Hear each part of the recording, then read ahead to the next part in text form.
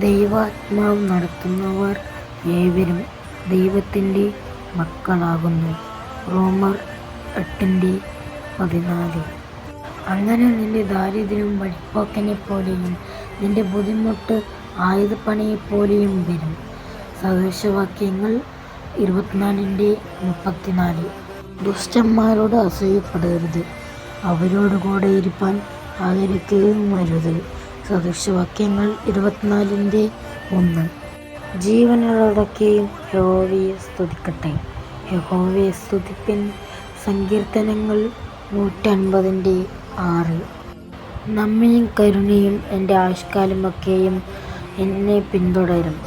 ഞാൻ യഹോവയുടെ ആലയത്തിൽ ദീർഘകാലവും വസിക്കും. സങ്കീർത്തനങ്ങൾ 23:6. എൻ്റെ ദൈവമായ രാജാവേ, ഞാൻ നിന്നെ പുകഴ്ത്തും. ഞാൻ നിൻ്റെ നാമത്തെ എന്നേക്കും വാഴ്ത്തും. സങ്കീർത്തനങ്ങൾ 145:1. യഹോവേ, രാജാവിനെ രക്ഷിക്കണമേ. ഞങ്ങൾ അപേക്ഷിക്കുമ്പോൾ ഉത്തരം അരുളണമേ. സങ്കീർത്തനങ്ങൾ 20:9. ഇതേപോലെ തന്നെ ദൈവത്തിൻ്റെ വചനങ്ങൾ മലയാളം ബൈബിളിൽ നിന്ന് വരണം എങ്കിൽ ആഗ്രഹിക്കുന്നവർ കമൻറ്റ് ബോക്സിൽ പറയുക.